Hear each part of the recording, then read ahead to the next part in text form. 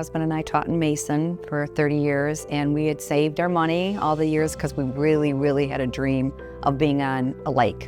My husband had MS, and he got pretty bad there, and my mom would always tell me, my mom was common sense queen, and she'd say, don't get a house that you have to take care of. You're taking care of John.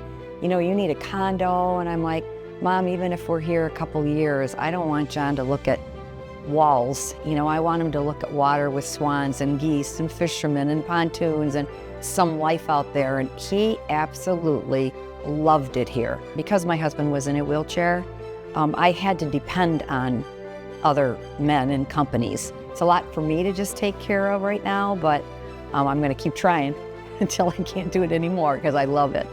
It's a beautiful crawl space. It's all cemented and it's, dry.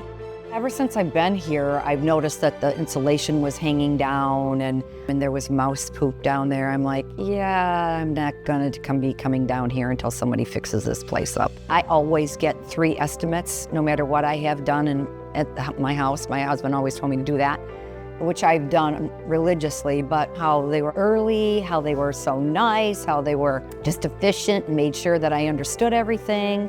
I didn't even want to get 2 more estimates. I was like, I'm going with you guys, I don't care.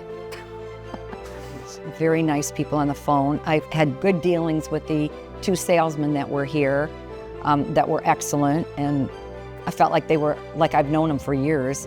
And then the crew comes this morning and, made sure that I was here and knew exactly when they were going to get here. That will give me peace of mind just to know that it's secure down there, that pipe holes are filled in, the insulation's going to be better.